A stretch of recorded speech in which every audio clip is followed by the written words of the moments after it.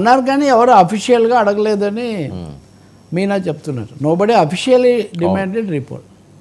Yeah కదా sir, ఇంత అల్లర్లు ఇవి జరుగుతున్నప్పుడు మామూలుగా నార్మల్గా అయితే పవన్ కళ్యాణ్ గారు స్పందిస్తారు. మీరు ఇందా చెప్పినప్పుడు ఆయన మౌనం కూడా ఏంటి దీనికి? అదే నేను ఏదో ఛానల్లో మిత్రుడు అడుగుతుంటే నేను చూసా. ఎందుకంటే లేదు మేము లెటర్ రాసాము, కమిషన్కి మేము లెటర్ రాసాము అంటే లేఖాస్త్రం వేసాము మేము అని.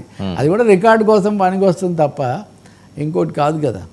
అంటే కొంచెం భిన్న స్వరాలు ఉన్నాయి. ఇప్పుడు తెలుగుదేశం వైసీపీ మధ్యలో ఒక సైడే తీసుకోవడం అన్నదానికి కొంచెం పార్టీలు కొంచెం ఆలోచనలో ఉన్నటువంటి పరిస్థితి కనిపిస్తుంది. ఇంకో పెద్ద ప్రశ్న కూడా ఉంది.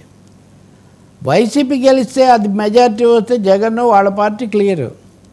ఎన్డీఏ అన్నప్పుడు అది ఎవరికి మెజారిటీ, తెలుగుదేశానికి పూర్తి మెజారిటీ వచ్చి ఇది అవుతుందా, లేకపోతే మిగతా వాళ్ళ సీట్లు రాకుండా వీళ్ళకే వస్తాయా? ఇవన్నీ ప్రశ్నలు కదా. అది హంగ్ లాంటిది వాళ్ళ మీద ఆధారపడాల్సిన పరిస్థితి వస్తే అప్పుడు ఏం జరుగుతుంది? ఇప్పుడు పెద్ద పార్టీగా వైసీపీ వచ్చింది అనుకోండి, పెద్ద పార్టీగా వైసీపీ వచ్చింది, సింగిల్ బిగ్గెస్ట్ పార్టీగా అనుకుందాం. 150లో ఒకవేళ 70 పోయినా మాకు ఇంకా 80 ఉంటాయి కదా అంటారు వాళ్ళు ఉదాహరణకు. కాబట్టి అప్పుడు 80 వచ్చి పెద్ద పార్టీగా వస్తే మేము పెద్ద పార్టీ అని క్లెయిమ్ చేసే ఒక ఛాన్స్ కూడా హంగ్ రాలేదు ఇదివరకు. ఎప్పుడు ఏపీలో ఒకవేళ ఒక సినేరియో సిపిఐ నారాయణ చాలాసార్లు హంగ్ వస్తుంది అని అనేవాడు.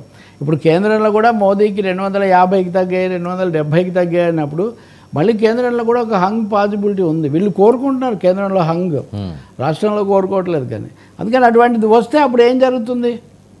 ఇప్పుడు ఉదాహరణకు వంగా గీతను ఉప ముఖ్యమంత్రిని చేస్తానని జగన్ ప్రకటించారు. పవన్ కళ్యాణ్ ఉప ముఖ్యమంత్రి కావాలి అని ఎవరు మాట్లాడలేండి. మీ ఫ్రెండ్ హరిరామ జోగయ్య ఈ పాటికి లెటర్స్ రాయాలి కదా, మా అంచనాలు ఇవన్నీ ఎందుకు చెప్పట్లేదు? నా ప్రశ్న అది.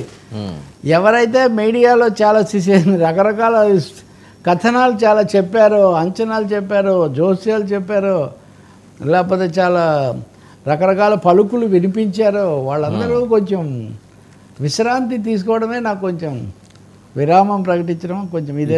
ఇప్పుడు మీరు ఆ సందర్భం తీసుకొచ్చారు కాబట్టి రెగ్యులర్గా ఆయన ముద్రగడ గారితో ఒక లేఖ ఒకటి బాగా వైరల్ అవుతున్నారు సార్. చదివారా మీరు ఆ లేఖని? ఆయనకి ఏదో మహోత్సవం ఒకటి పంపించారు. ఓకే, ముద్రగడ గారికి పేరు నామకరణ మహోత్సవం. ఓకే, నామకరణ మహోత్సవం పాంప్లెంట్లు పంపించి ఓకే అది విపరీతంగా వైరల్ చేస్తున్నారు. అందులో ఉన్న సారాంశం ఏంటంటే నూతన నామకరణ మహోత్సవం, ఓకే కాపు సోదరులందరికీ ప్రత్యేక ఆహ్వానం రండి. మంగళవారం జూన్ 4, 2024 సాయంత్రం 6 గంటల నుండి కిర్లంపూడి, తూర్పుగోదావరి, ఆంధ్రప్రదేశ్.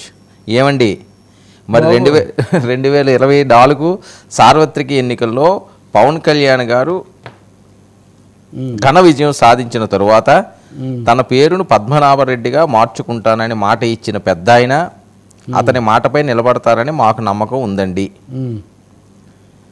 కావున అందరూ వచ్చి ఈ మహోత్సవాన్ని జయప్రదం చేయవలసిందిగా మా ప్రార్థన. గమనిక, మీ ఉప్మా కాఫీలు మీరే తెచ్చుకోవాలండి.